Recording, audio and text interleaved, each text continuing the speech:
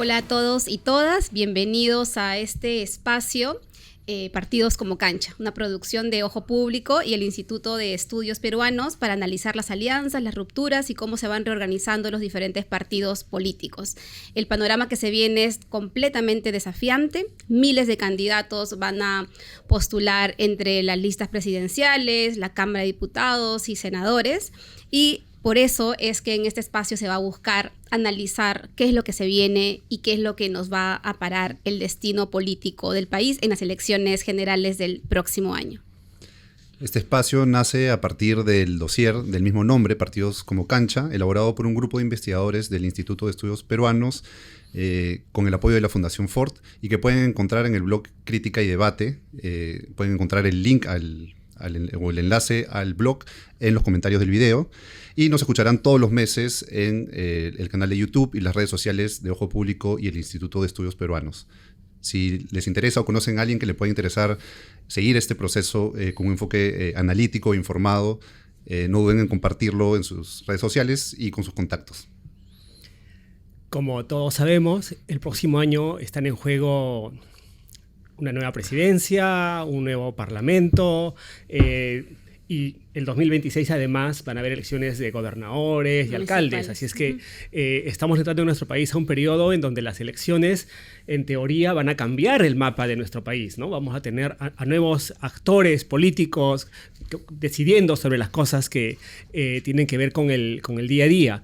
Y específicamente, en abril del siguiente año, vamos a elegir a 208 personas, entre presidente, vicepresidentes, senadores, diputados, representantes al Parlamento andino, ¿no? Que van a reemplazar a quienes actualmente están en estos distintos cargos. Y dos detalles que creo que son importantes, ¿no? El primero es que más del 70% de ciudadanos que somos en este país vamos a votar por primera vez para senador, ¿no? Creo que ninguno de los que estamos en esta mesa hemos votado antes para el Senado, y esa es una novedad de este proceso. Y lo otro es que tenemos partidos como Cancha, ¿no? Nunca hemos tenido tantas agrupaciones postulando y compitiendo, y eso, por supuesto, pues es todo un reto que es importante analizar, ¿no? Y por supuesto, en este espacio queremos contribuir a esa finalidad. Sí, Paulo y Álvaro, una de las cosas que me parece importante es que entre tanto ruido, tantas denuncias por corrupción, hay un momento también para reflexionar en este caso, desde el grupo de análisis que ustedes lideran en el IEP, sobre cuál es el papel y el rol de los partidos políticos, ¿no? Además de las elecciones generales que has mencionado del 2026, Paulo, también van a haber el próximo año elecciones municipales y regionales, como bien dices, y el jurado ha calculado que podríamos llegar a tener en todo ese año hasta 500,000 de candidatos, sumando las dos elecciones. Entonces, es muy desafiante esto, y nosotros estamos muy contentos de poder empezar esta conversación, que llega además con el apoyo de nuestra comunidad de aliados, parte de nuestro programa de membresías. Yo quería preguntarles sobre cómo precisamente es el trabajo a las conclusiones, sobre todo, que han estado llegando, Álvaro, con esta fotografía del momento, ¿no? Las alianzas electorales, solo 3 han sido admitidas y muchas otras 2 han quedado fuera, pero tenemos en total 39 organizaciones habilitadas para postular, ¿no? Sí, bueno, yo diría que había en algunos ámbitos, mucha expectativa sobre la posibilidad de que las alianzas pudieran ordenar esta gran cantidad de candidatos digamos, para esta elección. El partido ha salido con 40 organizaciones políticas que se esperaba se reduzcan a partir de las alianzas, pero un poco lo que hemos encontrado es que, precisamente como tú dices, nadie ha querido aliarse, ¿no? Solamente ha habido 5 solicitudes de inscripción, de las cuales al final solamente 3 digamos, han procedido, y esto finalmente nos deja con 38 organizaciones, que es casi lo mismo, ¿no? Entonces el problema de la fragmentación y la cantidad no han sido solucionados definitivamente, pues, por esta idea que muchos tenían de las alianzas. Yo creo que no solamente había una expectativa solamente desde el electorado, ¿no? Sino también desde los propios analistas y los medios de comunicación de poder tener esta esperanza de que sean menos para también que sea más fácil de entender, de analizar, de reportar, ¿no? Entonces, para que la boleta no sea tan grande. Sí, había mucho wishful thinking, diría, en ese sentido, pero el análisis, pues lo que ha demostrado es que en realidad nunca las alianzas han sido moneda común en los procesos electorales peruanos, ¿no? Sí, y tal vez algo que también es importante tener en cuenta de este proceso de alianzas, ¿no? de negociaciones en todo caso, es que muestran muy bien lo que ocurre en el día a día de la política peruana, ¿no? Donde todos esperan el último momento para llegar a algún acuerdo, otras cosas se hacen muy rápido. Por otro lado, muestra el caudillismo y el personalismo de los políticos. Así que todo ese proceso es importante, ¿no? Porque es como una pequeña muestrita de lo que ocurre, digamos, en este caso, en 43 partidos que son los que van a participar de una u otra manera en este proceso, ¿no? Uh-huh. Sí, yo aquí te había notado que de las alianzas que han sido admitidas, para recordar, está Unidad Nacional, ¿no? Que es conformada por el PPC, el Partido Popular Cristiano, Unidad y Paz, y Peruanos Unidos Somos Libres. Esa es la primera alianza, la que tiene como precandidato al congresista Roberto Quiabra. La otra alianza admitida es Fuerza y Libertad, y está integrada por los partidos Fuerza Moderna y Batalla Perú, que tiene como precandidata a Fiorella Molinelli, la exministra del gobierno anterior, ¿no? Y la tercera alianza es Venceremos, que une precisamente a los dos partidos de izquierda, Voces del Pueblo y Nuevo Perú, y tiene como candidato a Vicente Alanoca y a Guillermo Bermejo.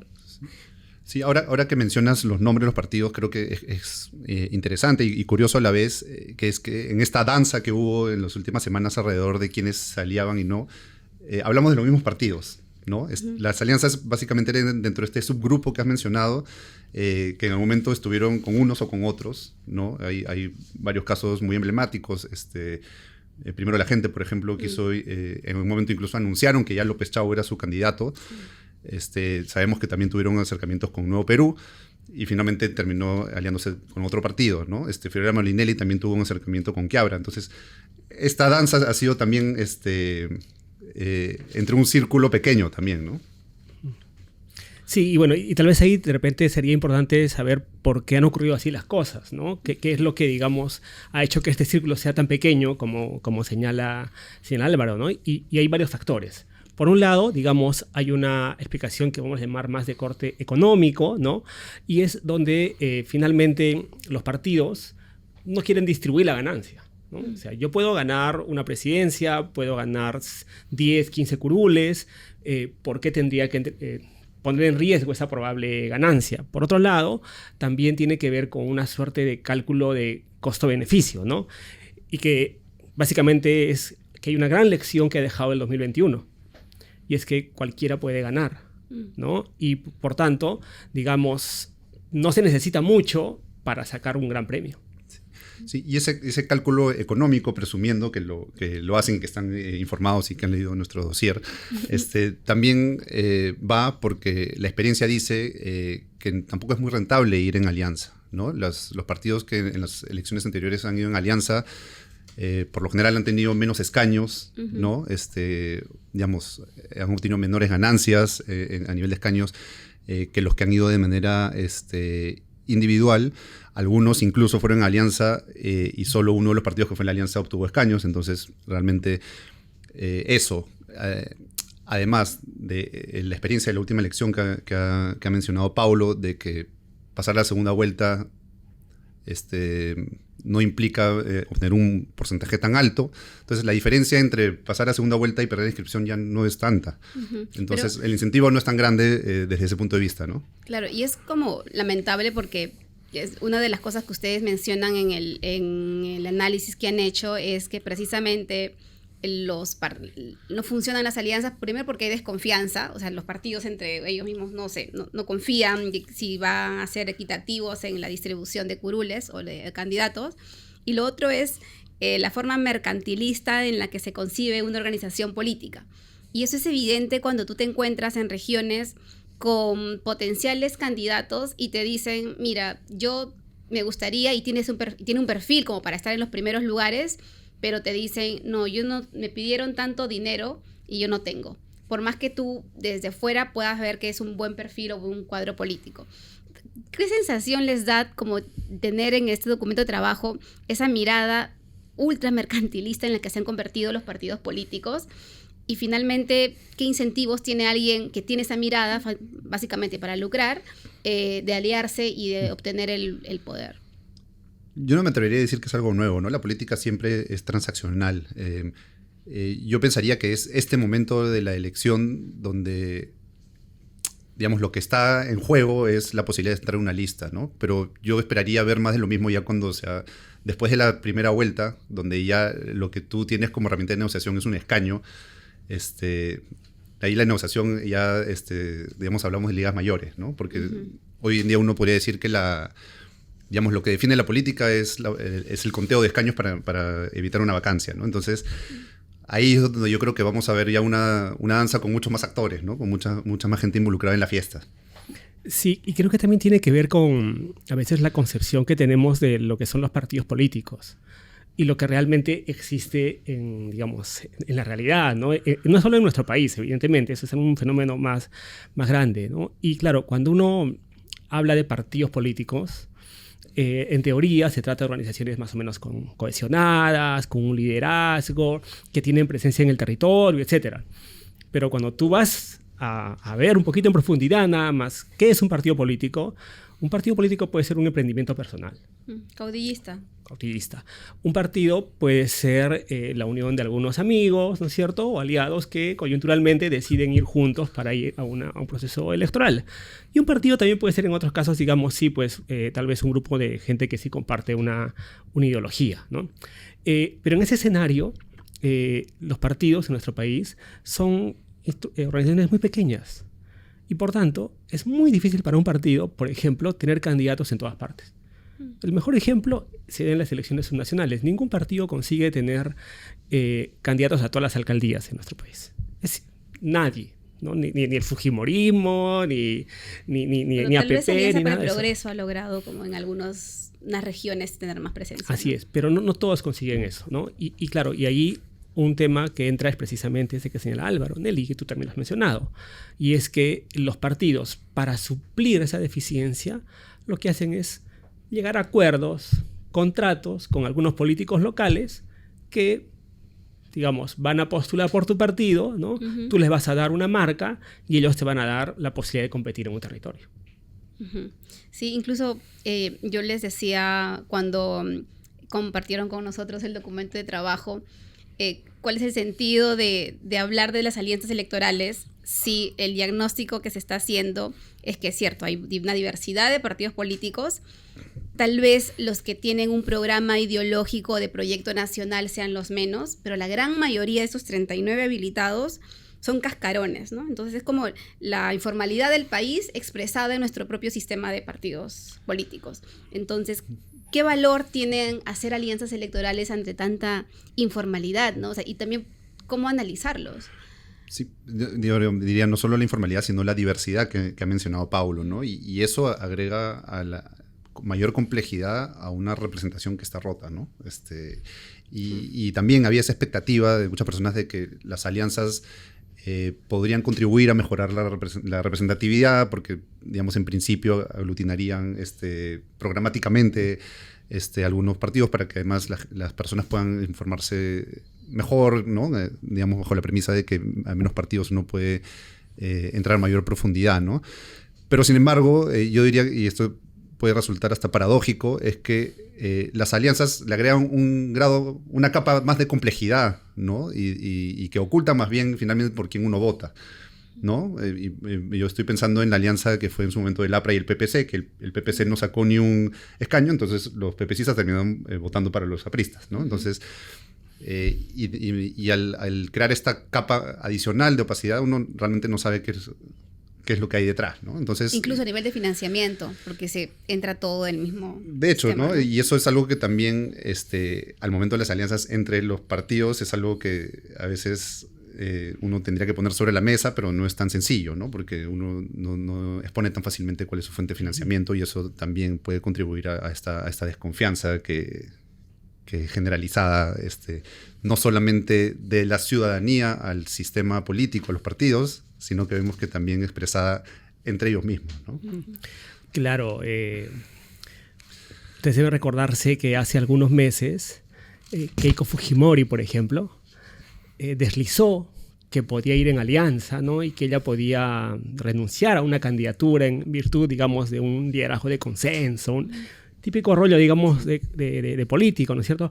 Bueno, ninguno le creyó, ningún partido le creyó, ni de aquellos que, digamos, en teoría son cercanos a las ideas que tiene el fujimorismo sobre cómo se debe conducir el país. Y por otro lado, también, digamos, lo que ha mostrado este proceso es que quienes se han aliado son, en general, los partidos chiquititos, ¿no? Aquellos que aparecen primeros en las encuestas, ninguno de ellos ha tenido la intención de aliarse. Han habido conversaciones, ¿no? Por ejemplo... Como si un 8 o 10% fuera como lo máximo. Ya es lo máximo, ¿no? Pero ahí siempre pesa también el tema del cálculo individual de los políticos, ¿no? Yo, por ejemplo, sé de una anécdota, ¿no? de un político importante que invitó a un político regional para conversar, ¿no? y ver si podían aliarse. Y el político regional le dijo, no, esto no hay alianza porque yo voy a ser presidente, ¿no? Entonces, claro, bajo qué cálculo no sabemos, ¿no? Pero sí digamos, hay una idea de que cualquiera puede llegar y eso también ha, digamos, generado que no haya mayores incentivos para ir juntos. A mí una de las cosas que me llama la atención de algunos políticos, bueno, en general de todos, los políticos tienen que gustarle el poder, si no, no harían política, ¿no? Tienen que tener un interés para acceder al poder, pero... cuando uno empieza a ver las previas a la campaña electoral, todos los políticos se sienten presidenciables, ¿no? O sea, todos se creen los llamados a salvar al Perú. Y eso es alucinante en un sistema como el que veníamos hablando, el peruano, donde no hay partidos relevantes, ni con estructuras sólidas nacionales. Sin embargo, sus caudillos o sus representantes dentro de cada partido sí creen que pueden llegar a ser. Y cuando empiezan a negociar las alianzas, nadie cede, porque todos quieren ser, y eso además también lo mencionan ustedes en el informe, ¿no? Entonces, eso me parece, el ego, ¿es solamente ego o es también como si ganas de tomar el poder para, casi mesiánica, para cambiar los rumbos del Perú? Y incluso pongo de ejemplo los del partido de izquierda, ¿no? Que uno diría, bueno, después del colapso que ha habido en torno al voto más progresista, la respuesta más inmediata sería sí, hacer una alianza entre los sectores de izquierda para que tengan un candidato, pero no, tampoco, como suele pasar, tampoco se pusieron de acuerdo, ¿no? Sí, yo creo que hablar del ego ya sería hablar de cada caso. Evidentemente, para postular alguien tiene que pensar que puede obtener algo. Creo que no hay que olvidar que en esta elección también se retoma el elemento de que al postular a la presidencia uno puede llegar al Parlamento, ¿no? Eso por un lado. Y por el otro es que la experiencia dice que cualquiera puede ser presidente. O sea, personajes tan opuestos en todo sentido como PPK y Pedro Castillo han sido presidentes. Es como, dice mucho de que en realidad cualquiera puede surgir en un momento. No sabemos realmente por qué o cuál es el elemento que define eso, pero lo único que sabemos es que cualquiera puede serlo, ¿no? Desde Fujimori, ¿no? Desde los 90. Y claro, en un país como el nuestro que está sumido en muchas crisis, ¿no? De forma recurrente, efectivamente, ¿no? Y ante el desprestigio de la clase política tradicional, se abre la oportunidad. Y yo creo que el tema de Pedro Castillo ahí sí ha marcado mucho a los políticos actuales que tenemos. Con 12% de los votos, digamos, totales, ¿no? Y el 18-19% de los votos hábiles, llegó digamos, al primer lugar, pero Keiko Fujimori fue con mucho menos, ¿no? Entonces, no parece tan complicado, digamos, hacer esta conexión con un sector del electorado y llegar, digamos, a pasar a una segunda vuelta, ¿no? Porque hay una cosa que ahorita, digamos, está en el cálculo de nuestros políticos, y es que aquí nadie está pensando en ganar, de ser presidente. La gente está pensando en pasar la segunda vuelta, ¿no? Y en la segunda vuelta se verá. Esa es un poco, digamos, una lógica bien cortoplacista, pero es la que impide, pues, llegar finalmente a algún tipo de acuerdo con otros, ¿no? Y por otro lado, también creo que es importante tener en cuenta que, vamos, en esta lógica, ya más de los políticos, aquellos que se han aliado sí creen que ganan un poquito, Sí. ¿no? Por ejemplo, en el caso del PPC, es un partido que lo que muestra nuestra historia de las últimas más de 2 décadas es que siempre ven alianza, ¿no? De hecho, Unidad Nacional, que es, digamos, el primer nombre, es como el que postula el año 2001, ¿no? Entonces, como PPC no ha postulado mucho, sino siempre en alianza. Y por otro lado, también en el caso, digamos, de la alianza Fuerza y Libertad, que es la de Fiorella Molinelli con Zósimo Cárdenas, en teoría, puede ser interesante porque está juntando a Pichanaki, que es el lugar de procedencia de Zósimo Cárdenas, y San Isidro, que es el lugar, digamos, que en teoría representa Fiorella Molinelli, ¿no? Uno diría, pues, puede ser potente, ¿no? O sea, es el país profundo y el país aristocrático el que se unen. Y en el caso de las izquierdas, por supuesto, digamos, hay esta idea, el mito de la unidad, ¿no es cierto? Entonces tenemos que ir juntos. Y ya, pues, se juntan 2 izquierdas, un poco que van pensando que yendo juntos pueden ir acumulando más y responder ese electorado que en teoría les exige ir unidos. ¿Pero las alianzas suman votos? O sea, ¿sí se logra eso finalmente? O sea, ¿o creen que no? Digamos, escaños no. Lo que evidencian los procesos electorales anteriores, digamos, el dato dice que obtienes más escaños o tienes mayor probabilidad de obtener más escaños cuando vas de manera individual. Ahora, a partir de lo que mencionaba Pablo, y a mí se me acaba de ocurrir quizás algún beneficio de ir en alianza, y es que como en este hito del proceso electoral, lo que se espera es que estén en alianza, yo sí creo que hay una mayor, bueno, es una hipótesis, ¿no? Pero que hay una mayor exposición mediática de estos partidos, ¿no? A partir de que se han hablado de ellos, de que si salían, no salían, tú veías entrevistas, entonces yo creo que eso también puede entrar a tallar, porque digamos, alguien como Keiko López Aliaga en realidad no necesita ser conocido, digamos, ¿no? Entonces sí creo que hay también un elemento de mayor exposición, ¿no? Algunos se han hecho un poquito más conocidos, de hecho ahorita estamos hablando de ellos, ¿no? Entonces, pero no sé qué opinan ustedes, eso es una conjetura en realidad, ¿no? A mí lo que me llama la atención es que no haya, o sea, es tan fragmentado el voto en ciertos sectores. Hay tendencias más globales, regionales, que hablan de que los perfiles con más posibilidades de ganar van hacia la derecha, hacia el voto conservador.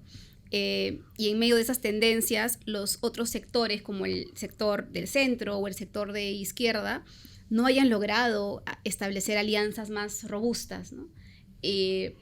Y no entiendo por qué. O sea, uno diría, si tu afán es sobrevivir en la política, lo que te conviene tal vez es aliarte para hacer un bloque. Pero eso no ha pasado ni con el centro necesariamente, ni tampoco con la izquierda, ¿no? Claro, y ahí entran en juego algunas cosas que hemos mencionado, pero que vale la pena recalcar, ¿no? Una de ellas es que los partidos, vamos a llamarlo así, tienen comprometidos, digamos, los cupos en las listas. E ir en alianza significa que tú ya no tienes tantos cupos, pero tú ya te comprometiste con alguien. Pero es normal eso, que las personas, o sea, lo hemos normalizado, que las personas paguen por tener determinado número en un partido político, en la lista. Me cuesta, pues, ¿no? O sea, a ver, no necesariamente, digamos, son temas de índole económica, ¿no? Es cierto que se requieren recursos para hacer la campaña, pero a veces es, pues, un político al que tú convenciste para ir contigo en una región, ¿no es cierto? Y le dijiste, bueno, estarás pues en el 1, el 2 o el 3 por tu propia trayectoria, pero resulta que luego, si vas en alianza, probablemente no puedas cumplir ese requerimiento. Y ese político te va a decir, oye, me voy de tu partido, renuncio. Entonces te da ese riesgo de que puedas perder algunos partidarios, ¿no? Pero por otro lado, y tal vez esto pesa mucho más, es que, digamos, muchos de nuestros políticos creen que son candidatos naturales, ¿no? Es decir, de que por mi trayectoria, no sé, por mi ego, en fin, ¿no? Sí. Yo tengo que liderar algo. Eso es lo que decía, que todos se sienten presidenciables. O sea, nadie está dispuesto. O sea, yo la única persona hace poco que escuchaba, bueno, menos públicamente decir, fue Marisol Perestello, ¿no? Que dijo, bueno, me voy, renuncio para impulsar una candidatura. Pero en la mayoría de los casos, tú te encuentras con candidatos que todos quieren asumir y liderar la lista presidencial, ¿no? Las negociaciones van bien hasta que se empieza a hablar quién va a ir primero, sí, ¿no? Y ahí las cosas se desarman. Y quizás mencionar también que, o sea, esto no ha quedado ahí, ¿no? O sea, los partidos siguen falta. negociando, y de hecho, es la primera vez en todos los procesos que los partidos de izquierda se alían formalmente, ¿no? Los dos que dices de... Sí, pero faltan otros, ¿no? Claro, pero digamos, la experiencia lo que dice es que cuando se han aliado lo han hecho no en el marco del reglamento del jurado, digamos, se han aliado ya, digamos, por fuera de eso, pero se han aliado, ¿no? Entonces,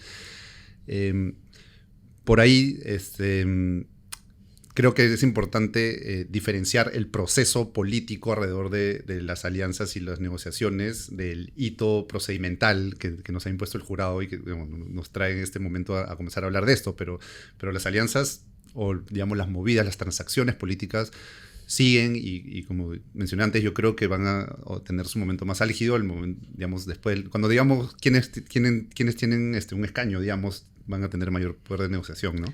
Claro, pero ahora que hablas de la izquierda, ¿no? De las 3 alianzas que se han inscrito, es la única en la que, mira, o sea, en la de Unidad y Paz, sabemos que el candidato va a ser Roberto Quiabra, ¿no? Claro. En la de Fuerza y Libertad va a ser Fiorella Molinelli. En la izquierda no sabemos, ¿no? Pero ustedes, con el análisis que han estado haciendo también en campo, ¿quién tiene más opciones, Alanoca o Bermejo? Es que yo creo que eso no lo saben ni Alanoca ni Bermejo todavía, ¿no?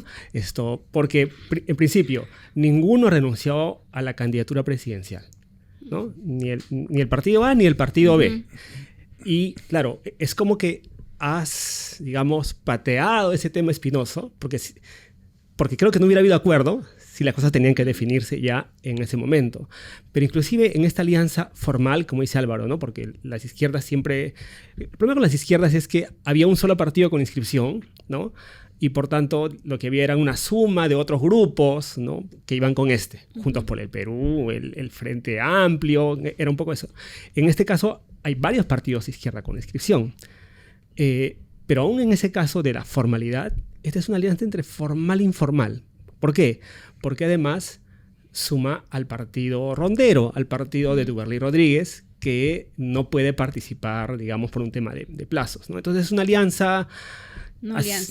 alianza, digamos, pero con su particularidad, ¿no? Sí, y creo que no hay que perder de vista que estamos todavía en un momento incipiente del proceso electoral, ¿no? O sea, decir que no hacen alianzas y ya estás diciendo que otro va a ir, estás lanzando una candidatura. Y ni siquiera los que ya sabemos que van a ir, como López Aliaga o Keiko, ya han dicho sí, voy a ser candidato. Entonces, yo diría que también es un momento en que nadie quiere estar tan arriba en las encuestas porque todos sabemos que al final se caen. Como estrategia, ¿no? Exacto. Entonces, y además, hablando del ego, ya hemos visto que ser desprendido, ¿no? O ser desprendida como Marisol Perestello te hace quedar mal, ¿no? Sí. Porque ha quedado, digamos... Sí, yo siempre recuerdo... Sin piso. Yo siempre recuerdo el Juego de Tronos, uno de los primeros capítulos, donde la persona, Ned Stark, ¿no? El que prometía salvar y la unidad termina, como ya sabemos, decapitado, ¿no? Quería volver al tema, porque me pareció interesante esto que mencionan sobre la izquierda y lo que supone con otras alianzas y otros partidos también las elecciones primarias, ¿no? Que evidentemente nadie va a hacer elecciones primarias, han habilitado que sea por delegados, entonces no va a haber tampoco un proceso democrático a las internas de las organizaciones políticas y van a terminar eligiendo a en quién influye más en el partido, ¿no? Sí, bueno, de hecho el único partido que, digamos, está yendo en una ruta de participación plena es el Partido Aprista, ¿no? En donde sí, bueno, aparentemente se indica... como 11.000 también, ¿no? O sea, claro, pero digamos, como mecanismo, ¿no? Y efectivamente la gran mayoría está yendo por este otro mecanismo que es la elección por delegados, que es un proceso de negociación, básicamente, ¿no? Pero es menos democrática que la que preveía la reforma con las primarias, ¿no? Por supuesto, ¿no? Entonces, y además es más fácil para los partidos, digamos, de alguna manera, poder armar las listas de esa manera, ¿no? Sí, y ese es un proceso que ya está ahora y que seguramente en el siguiente programa ya tendremos algo adelantado también de datos, de cómo van todos estos, digamos, las rutas que sigue cada partido en esta línea, ¿no? Sí, yo estaba revisando hace poco algunos textos que han publicado en la editorial y encontraba mucha mirada crítica a a la forma en la que a veces se termina analizando el deterioro democrático, enfocándonos en el sistema de partidos, ¿no? Como si el Perú hubiera tenido también partidos, y de hace tiempo nos vienen diciendo que es una democracia sin partidos, ¿no? Entonces, quiero citar una parte donde Ramón Pajuelo, en uno de los libros que acaban de publicar sobre la política peruana, dice, ¿no? ¿Qué es lo nuevo que ha ido surgiendo bajo la crisis de representación? ¿Cómo se reconfiguran nuevas formas de representación y participación que terminan delineando estas nuevas relaciones políticas? Lo dice en un contexto en el que de repente estamos viendo mucho los partidos, pero no estas otros tipos de relaciones políticas que vienen desde el territorio, desde las regiones, que no responden a estructuras políticas ni a alianzas electorales que puedan abrir el espacio de poder para algún candidato, ¿no? Nos estamos perdiendo de vista, tanto los periodistas o la academia, los analistas, de lo que pasa abajo, fuera de ese cascarón llamado partido, organización política, alianza electoral. Bueno, analizar efectivamente la política en el Perú solo a partir de partidos sería muy limitado, ¿no? Sería perderse, digamos, el 90% probablemente, un poco en línea de lo que señala Ramón, porque hay otras formas de participación. Y tal vez lo que mejor expresa eso, ¿no? Es cuando uno ve los niveles de apoyo que tienen los políticos en general. Si analizáramos la política en nuestro país a partir de lo que hace la presidenta y el Congreso, como si fueran efectivamente los representantes del sentimiento de la mayoría de la población, pues estaríamos mal, ¿no? No entenderíamos lo que está pasando en este país. Y sí, creo que hay que echarle un ojo a eso, pero el valor, digamos, del análisis en un proceso electoral es que en nuestro sistema político los partidos son los vehículos que en teoría van a canalizar la competencia. Entonces, creo que lo que no hay que hacer es creer que los partidos son instancias formales, que siguen ciertas reglas, que van a tener una conducta democrática, que no van a ser financiados por poderes ilegales, ¿no? Y que todos están buscando el bien común. O sea, creo que no, eso no tenemos. Es el reflejo de nuestra informalidad nacional. De una u otra manera, sí, ¿no? Y yo agregaría solamente que, si bien es cierto que hay otras formas políticas que hay que mirar y que quizás en algunos aspectos cobran mayor relevancia que los partidos que quisiéramos tener, ¿no? Porque creo que lo que apunta Pablo es, claro, hay partidos, pero de repente lo estamos mirando desde vista de lo que quisiéramos que sean, en lugar de lo que realmente son. Pero esto no implica que no sean importantes, ¿no? Entonces, por algo... Es la única forma de ingresar además, en este momento. Además. Sí, o sea, digamos, por algo estas formas de hacer política que han ido surgiendo en el último tiempo están comenzando a escalar. Las economías ilegales, ¿no? Hay cada vez más proyectos regionales que están llegando a las instancias más altas del poder del sistema político más formal, digamos. Entonces... no por uno, digamos, deja de tener importancia lo otro, ¿no? Solamente que hay que analizarlo en función también de esta pérdida de relevancia de los partidos políticos, de la idea que tenemos de los 80, digamos, ¿no? Sí. Entonces, si quieren pasar a ver las encuestas y las tendencias también, que hay unos cuadros que vamos a compartir que están viendo ahora. La primera tiene que ver con la última encuesta de Ipsos, de agosto, en la que menciona nuevamente que el blanco viciado y ningún candidato siguen un 38%, ¿no? Y según la misma encuesta de Ipsos, quien aparece primero es Keiko con 10%, aparece López Aliaga con 10%, Keiko con 8% y Carlos Álvarez con 6%. Pero lo interesante es que el 38% sigue siendo blanco viciado y ninguno, ¿no? Sí, bueno, estos gráficos que han sido elaborados por nuestro colega Alejandro Boico, el primero es la foto, digamos, actual, ¿no? Es que, digamos, lo más relevante ahorita es yo diría, que López Aliaga ha pasado a Keiko, está en primer lugar. Pero es un punto, está dentro del margen también, sí, ¿no? Pero también que de momento no vemos candidatos ahí entre el grupo, los que tienen un poquito más candidatos de izquierda, ¿no? Son todos, digamos, de una misma tendencia política. Pero hay otros datos más relevantes, ¿no? Y que mencionabas antes, ¿no? Si comparamos con elecciones anteriores, por ejemplo, la intención de voto blanco viciado estamos alrededor del 50-51%, ¿no? Cuando en la elección del 2021, en este momento de la elección, ¿no? Digamos, hacia agosto, digamos, anterior a las elecciones, si hoy estamos en 51%, antes en esa elección estaban en 34%. Y si miramos incluso las de 2016 y 2011, el porcentaje de voto blanco viciado era mucho menor, ¿no? Entonces, esto te habla claramente de un incremento de la desconfianza en los actores políticos, pues, cada vez más preocupante, ¿no? Sí. ¿Pero es solo desconfianza o es...? O sea, a mí me parece siempre que dicen que los peruanos tenemos que elegir bien y nos culpan a los ciudadanos, a los electores de no saber elegir, pero en realidad tampoco hay muchas opciones a veces cuando tú ves en los candidatos. Claro, y ahí en realidad uno dice, no es tan importante si son 40 o 100, porque podría haber 100 partidos y si dos concentraran una buena cantidad de voto, estaríamos hablando de que hay cierto voto representado, aunque sean algunos candidatos, ¿no? Entonces, yo creo que hay un doble problema. Uno es el de representación, digamos, ¿no? Que las personas no se sienten representadas por los actores políticos, pero también hay un claro evidente que si de 40, pues ninguno tiene respaldo, es claramente también un problema de la oferta, ¿no? Y creo que, digamos, la impronta que vemos ya cada día, cómo van tratando de excluir más candidatos a través de procedimientos ya más políticos, legales, también creo que es algo que vale la pena mirar en adelante, ¿no? Sí, ahora, sí, efectivamente las encuestas, como siempre dicen pues los analistas de las encuestas, son fotos del momento, ¿no?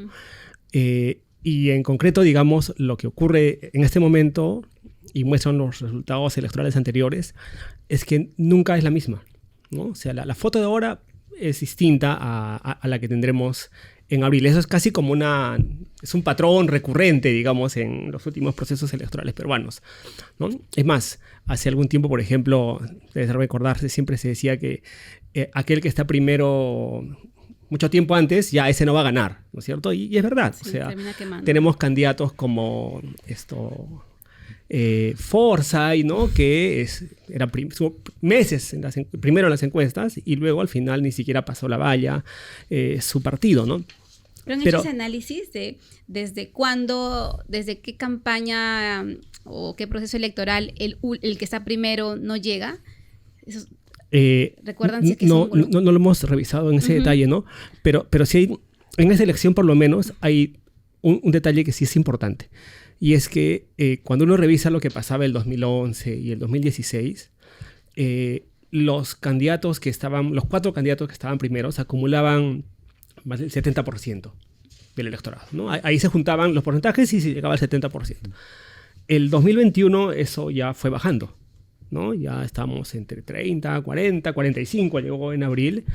Pero ahora estamos en una cuarta parte, ¿no? Es decir, los 4 primeros solamente le interesan al 25-26% de la población, ¿no? Entonces, ni siquiera es desconfianza, yo diría, es casi rechazo, digamos, lo que uno ve. Pero también las encuestas nos muestran algunas cosas, dependiendo de la simpatía de cada quien, preocupantes o más bien auspiciadoras, ¿no? Por ejemplo, Keiko Fujimori, en estos meses, más o menos, del año 2020, estaba con un porcentaje más o menos similar de intención de voto, ¿no? Es decir, ahí tenemos un cuadro donde justamente vemos la evolución de Keiko Fujimori elección tras elección, y es cierto, ha ido bajando, cada vez ha ido bajando, digamos, empezaba pues en el 2016 en estas épocas con 34, 35%, en 2011 ya estaba en 24%, ¿no? Pero y el 2020, ¿no? Para el 2021 estaba casi entre el 8 y el 7, casi como está ahora. Y finalmente pasó, ¿no? Entonces, si yo fuera de alguien de Fuerza Popular y diría, bueno, ya sabemos cómo es esto y al final siempre pasamos. O sea, las encuestas también se pueden leer de esa manera. Y un tercer elemento de las encuestas es que sirven para captar recursos, claro, ¿no? Porque los que están primeros siempre van a tener más militantes, más apoyos, etc. Sí, es increíble. Recuerdan que en algún momento un investigador dijo que el partido Fuerza Popular era uno de los partidos más fuertes y sólidos del Perú, ¿no? Y se hablaba incluso no solamente de que era la estructura partidaria más robusta, sino que además tenía como un porcentaje de votantes duros, ¿no? Un núcleo duro. Pero, claro, ese núcleo duro se calculaba entre un 20% y 18%, que eran los que siempre votaban de manera recurrente. Pero ahora debe ser el nivel más bajo que el fujimorismo tiene de intención de voto, como dices, Paulo, en los últimos 10 años, ¿no? Para mí va a ser una de las cosas más interesantes es saber qué va a pasar esta elección con Keiko Fujimori, ¿no? Hay muchos actores del mismo espectro político que ella, digamos, dentro de su mismo nicho de audiencia. López Aliaga, digamos, yo sé que está dentro del error estadístico, pero la tendencia sugiere algo, ¿no? Y hay otros actores ahí también, como Carlos Álvarez, Philip Paters, que compiten por esa audiencia y en un contexto de rechazo generalizado, ¿no? O sea, que son partidos más o menos yo no estoy nuevos, seguro, ¿no? si Keiko va a poder zafarse de esa imagen de que muchos tienen de que ella ha sido quien ha gobernado todo este tiempo, ¿no? Y digamos, claro, los electores siempre golpean. De ser una política oficialista en ese momento, ¿no? Y bueno, la experiencia dice que quien ha gobernado siempre le dio mal. ¿Pero es solo porque está ¿no? en el gobierno o cogobernando como fuerza política, o también es porque el partido mismo, la estructura partidaria se desinfló y nunca fue lo que se creía iba a ser como un gran partido político de corte nacional? Claro, es que precisamente, digamos, una afirmación, un análisis de ese tipo parte de la idea de que quien ganó la elección lo hizo con un partido fuerte, que funcionaba, con militantes, con gente que iba a apostar por una idea, ¿no? Uh-huh. Y en realidad los partidos que han ganado en general, ¿no? Han sido vehículos temporales, ¿no? Que servían para que llegue un presidente, lleguen parlamentarios, pero que luego se iban desarmando en el camino, de tal manera que cuando llegaba la siguiente elección y eran muy débiles, y a lo cual se sumaba el desprestigio del gobernante, ¿no? Porque los peruanos y peruanas, a Álvaro Nelly sabemos bien, somos castigadores con nuestro voto. La única manera que tenemos de castigar a nuestros políticos es cuando vamos a votar, ¿no? Y ahí, caramba... Pero no hay nada peor que votar con la rabia. Puede llevarnos al caos, ¿no? Eso nos pasó. Claro, pero por lo menos en este caso, eso ha generado que aquellos expresidentes, ¿no es cierto? Porque casi todos hombres, ¿no? Hayan desaparecido la política, buena medida, ¿no? No, pero yo sí diría que el fujimorismo en ese sentido sí es una excepción, ¿no? No es tan cascarón como los que han llegado al poder, o sea, no creo que es tan fácil mantenerse... Pero tampoco es tan robusto como se imaginó, ¿no? Sí, claro, pero digamos, sí está entre los más robustos dentro del contexto, bueno. A eso apuntaba, ¿no? No es tan sencillo llegar a 3 segundas vueltas seguidas. No podemos negar que ha sido el actor político más relevante presente en todas las elecciones. No, y además es un partido que es el partido que menos militantes pierde, ¿no? Por ejemplo, en un trabajo que también está publicado en Crítica y Debate en el IEP, lo que, digamos, al analizar las trayectorias de los políticos con experiencia parlamentaria, vemos que Fuerza Popular es el partido que tiene más políticos que han sido congresistas o son congresistas, bueno, por los números, digamos, de las electorales. Pero lo llamativo es que no pierde demasiados congresistas. Se van, como todos, renuncian, ¿no? Pero Fuerza Popular mantiene una disciplina partidaria. Hay cierta cohesión en ese sentido, y por otro lado también es un partido que, a diferencia, por ejemplo, de APP, ¿no? Que pierde mucho, pero también recluta mucho. Fuerza Popular no lo hace así, ¿no? Son muy pocos aquellos, digamos, reclutados por Fuerza Popular. Es un partido que, podemos decir, apuesta por sus propios cuadros de alguna manera, y eso le ha permitido llegar hasta ahora, pero evidentemente...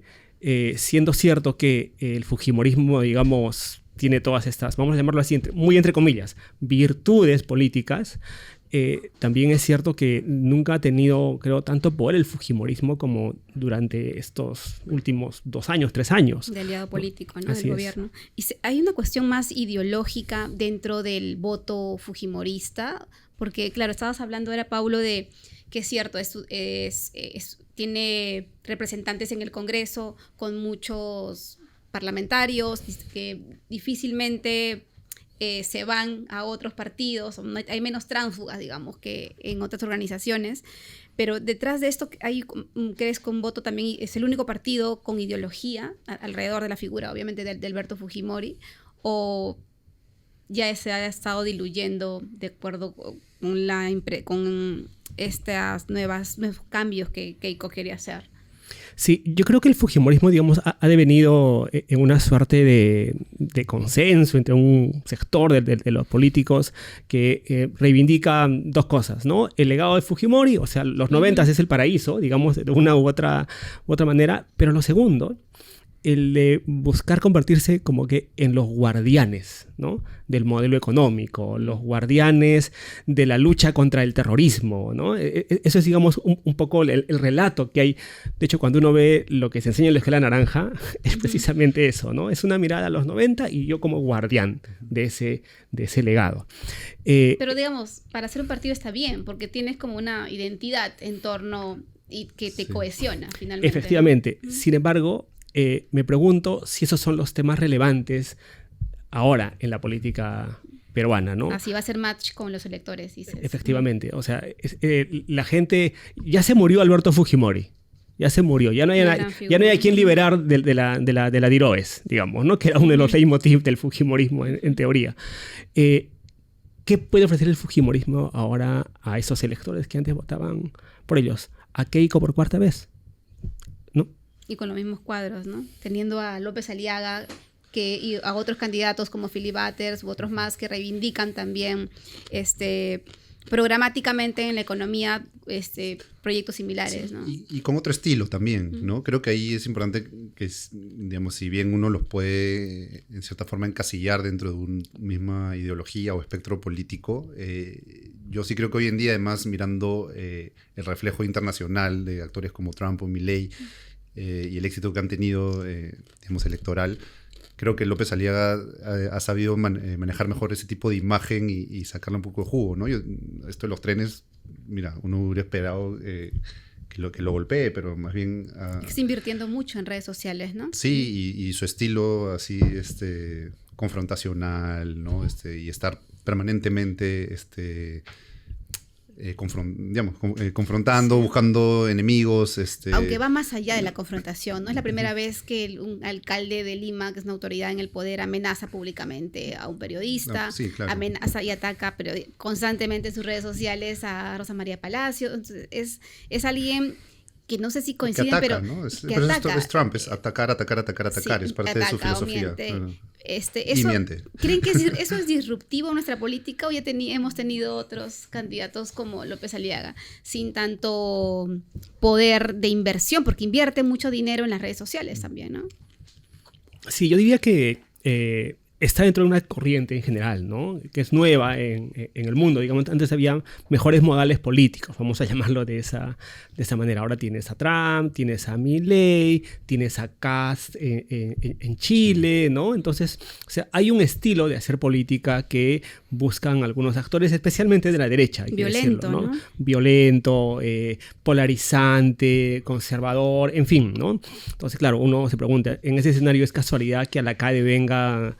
Está invitado Milei, está invitado Kaiser, el candidato en Chile. En fin, hay cosas, digamos, ahí que muestran pues que hay un cambio, por lo menos en este lado del... Y creo que tiene que ver con estas nuevas formas de hacer política que mencionabas antes, que son más disruptivas, quizás son, digamos, mucho menos formales, mucho menos respetuosas de las reglas, de los procedimientos, digamos, de hacer trampa, atacar, mentir, y a donde prácticamente todo vale. Yo diría que es un estilo distinto de hacer política que digamos, en otros países ha demostrado tener éxito en las urnas, ¿no? Sí, y el panorama es precisamente desafiante porque son políticos que utilizan este cóctel discursivo violento que funciona muy bien además en las plataformas tecnológicas, ¿no? Atacar, mentir, exagerar, basarte en desinformación, en fakes para hacer tu campaña, ha funcionado en otros lugares y acá lo están intentando hacer. El problema es que nosotros vamos a tener miles de candidatos. Bueno, yo estoy completamente desolada por el trabajo que vamos a tener el próximo año, no sabemos a qué político vamos a prestarle más atención. Obviamente, probablemente los que más amenazan la democracia y las libertades en el país, pero se imaginan, o sea, lo que viene el próximo año, el jurado, les decía, habla de 500.000 candidatos entre presidentes, listas, diputados, senadores, gobernadores regionales, alcaldes, distritales, provinciales. Va a ser completamente avasallador, ¿no? Sí, yo me atrevo a pensar que va a haber partidos que no van a poder llenar todos los cupos, ¿no? O sea, hay suficiente paredes, gente, van a poner a cualquiera, ponerla. claro, o sea, ¿no? ¿De dónde consigues? Van a competir, además por cuadros, o sea... Ningún partido ha conseguido poner candidatos en todas las alcaldías, porque son alcaldes, regidores, en fin, consejeros regionales, así que ningún partido lo ha conseguido, y ahora con mucha menor razón eso va a ocurrir, ¿no? Pero yo quería solamente comentar eso que tú decías, digamos, de estas nuevas formas de hacer política, ¿no? Que efectivamente son utilizadas por algunos actores, como de la derecha, sobre todo, ¿no? Pero al mismo tiempo, digamos, si no se recuerda la campaña del 2020, 2021, sí, más allá, digamos, de Antauro, que dice Álvaro, que efectivamente tenía ese lado desde de la izquierda, ¿no? Más radical, digamos, ¿no?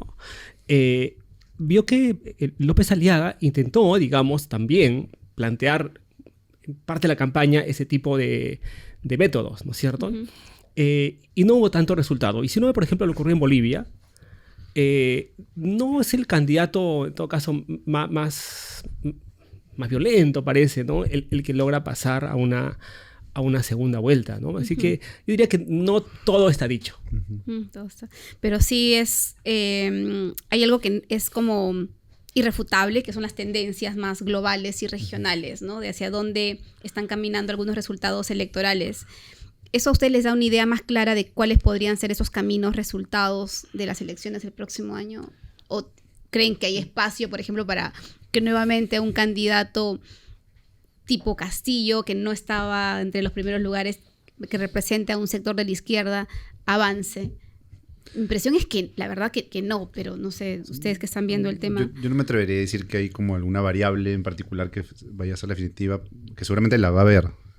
Y diría que el que la encuentre y logre diferenciarse y resaltar entre todo este mar de candidatos y que adopte la estrategia que pegue más en esta sociedad de donde competimos por la atención de la gente, ¿no? Y eso es no solamente la política, sino, digamos, las corporaciones hoy en día compiten por nuestra atención.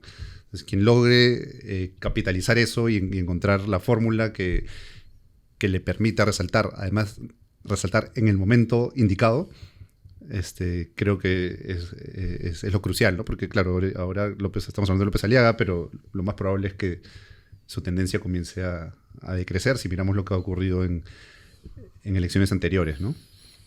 Sí, y también, digamos, es muy complicado saber en este momento qué es lo que va a marcar la campaña electoral, porque eso es a veces lo que determina, ¿no?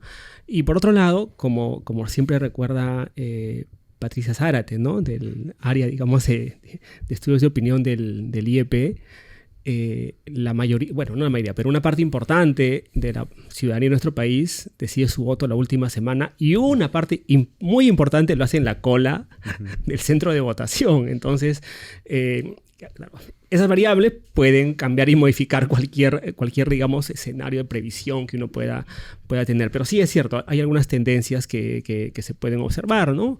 El tema de seguridad, por ejemplo, que capitalizan mejor los candidatos de derecha, no los de izquierda. La influencia de Bukele. La influencia de Bukele, pero también está la crítica al gobierno, ¿no? Que en teoría viene más de la izquierda, aunque ya hemos visto que algunos en la derecha también ya le empiezan a pegar al gobierno. Lo otro no sabemos cómo va a estar la situación económica en ese momento, si habrá un escándalo en el gobierno, en fin. No sabemos si Dina va a ser presidenta en el momento de la elección tampoco, ni siquiera. No, yo creo que esa alianza es más sólida, en el sentido de que tienen intereses de llegar, por lo menos como en el status quo, a las elecciones del 2026, ¿no? Pero sí, una cosa que decía Alan García, recuerdan, es que de repente no no es que vayan a intervenir directamente en las elecciones, pero que alguien que esté en el gobierno puede influir sobre quién no llega también al gobierno. Y ahí pensaba y les pregunto también, ¿cómo piensan que va a ser esta relación gobierno que tiene de aliados políticos a Fuerza Popular, Alianza por el Progreso, que hay evidencia? Nosotros hemos publicado varias investigaciones periodísticas donde exponen que el voto en el Congreso es muy similar para defender, por ejemplo, los fueros de la presidenta. Esas alianzas que existen, que también no son formales, ¿no? Porque nunca postularon juntos ni nada, pero son más eficaces. Son pactos, ¿no? En realidad. Es más eficaz que las alianzas formales muchas veces. Sostienen este gobierno. ¿Se pueden quebrar camino a la elección?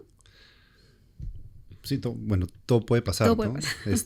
Justo ahora, hoy digamos, ha sacado hace poco Raúl Hernández un artículo sobre los 1000 días que ha cumplido Dina, ¿no? Y justo resalta un poco eso.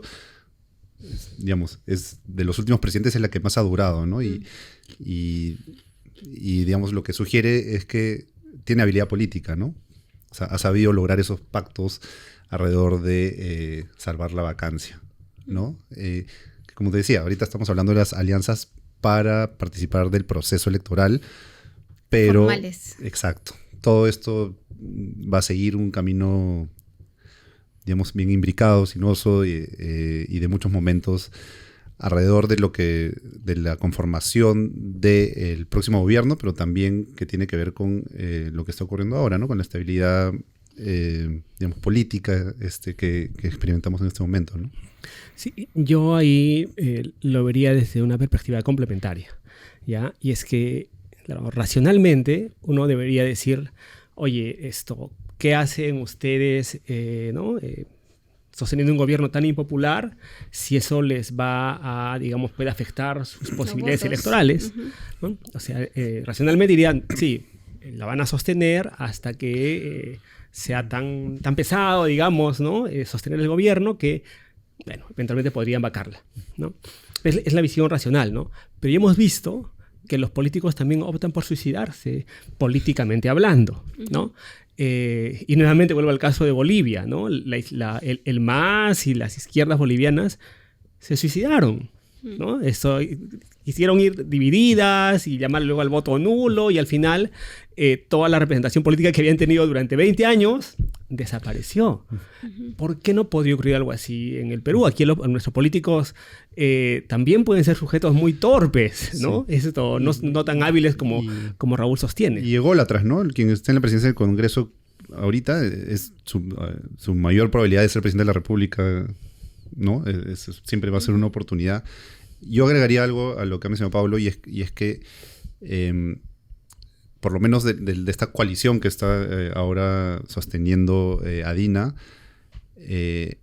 hay una narrativa, ¿no? De no asociarse con ella, ¿no? Bajo esta lógica de que todos mienten y esto, ¿no? Esto lo sabemos tú y yo, que miramos las votaciones en el Congreso y todo. Una cosa es lo que dicen ante los medios. La narrativa que ellos están votan, construyendo, ¿no? Es de que este es un gobierno de izquierda, ¿no? Ustedes han votado por Pedro Castillo, es la vicepresidenta de Pedro Castillo, entonces ahí esa batalla de la información y de las narrativas va a ser crucial en esta elección, ¿no? Por eso yo decía también, Keiko, qué tan capaz y hábil va a lograr zafarse de esta imagen que tenemos nosotros tres que estamos acá de repente, pero que no necesariamente es la que comparte el común de la gente, de que es parte del gobierno o no. No he visto esa pregunta en alguna encuesta. Deberían hacerla. Si es ¿cuál es la percepción de las personas sobre el pacto político de Fuerza Popular, Alianza para el Progreso con el actual gobierno? Sería una pregunta interesante para medir si las personas se dan cuenta. Yo me imaginaría que internamente las deben haber hecho, ¿no? Digamos, quienes hacen los estudios de mercado electoral en los partidos tendrían que haber hecho esa pregunta. Sí, y ahora yo agregaría un factor adicional a todo esto, digamos, mar de incertidumbre, ¿no? Sobre qué puede pasar, y es que y hemos visto en nuestro país que en otros procesos electorales el rol de los organismos, digamos, del Jurado Nacional de Elecciones puede ser clave. El año 2016, por X razones, se anuló la candidatura de Guzmán, ¿no? Que estaba, digamos, como siendo una suerte de outsider. Acuña también. Acuña. Efectivamente, la de Acuña, ¿no es cierto? Ahora hay una decisión en relación a Martín Vizcarra. Y en fin, o sea, también pueden pasar muchas cosas. Y eso sí creo que puede marcar una diferencia. Porque si algo habíamos tenido hasta ahora es un jurado nacional de elecciones que daba cierta garantía de respeto a la voluntad electoral. Aquí han habido intentos, digamos, de desconocer las elecciones de manera reiterada y el jurado ha sido muy claro, ¿no? Ahora yo no estoy tan seguro que tengan tanta fortaleza el Jurado Nacional de Elecciones. Hay mucha presión del Congreso, instituciones también. De la Junta. Y decisiones que ya van tomando, ¿no? Esto, no sancionar a un candidato, pese a que es evidente que hay una campaña, digamos, que vulnera la neutralidad, que ciertos abogados de cierto sector sean los asesores o quienes representen al Jurado Nacional de Elecciones en una demanda de competencia. En fin, yo creo que ese es un asunto que sí genera cierto nivel de preocupación, ¿no? Porque sí es un cambio con relación a lo que teníamos antes. Sí. Gracias por acompañarnos en este primer espacio de Partidos como Cancha, un espacio producido por Ojo Público y el Instituto de Estudios Peruanos para acompañar este proceso electoral. No se olviden, si encontraron esta información interesante y creen que otros también puedan encontrar interesante, de compartirlo en sus redes sociales o en sus grupos de WhatsApp. Y nos encontrarán en el canal de YouTube de Ojo Público y redes sociales de Ojo Público y del IEP. Sí, bueno, Partidos como Cancha es precisamente el grupo del IEP que está analizando el devenir, los pactos y rupturas de las organizaciones políticas. Como habrán visto, son un montón de organizaciones que están participando en elecciones y van a sumar otras más camino a las provinciales también del próximo año. Y es un espacio que vamos a estar difundiendo todos los meses conforme haya nuevos análisis. Tremenda chamba la que les espera al grupo. Y que va a llegar a ustedes gracias al apoyo de nuestro programa de membresías aliados, a quienes yo les agradezco mucho por sumarse y pueden seguir suscribiéndose en ojo-publico.com/aliados. Antes de cerrar, quiero recordarles un aviso adicional que este jueves 18 de septiembre a las 6 de la tarde empezamos con nuestras mesas electorales, ¿no? Un espacio en el que los candidatos aceptan el reto de responder preguntas de periodistas especializados y de investigadores de diferentes universidades y think tanks sobre asuntos como seguridad ciudadana, debilitamiento fiscal, salud pública y educación pública y lucha contra la corrupción. Entonces no se olviden suscribirse a nuestro canal y ya saben, el próximo 18 de septiembre a las 6 de la tarde y el siguiente mes vamos a estar nuevamente con otro espacio de Partidos como Cancha.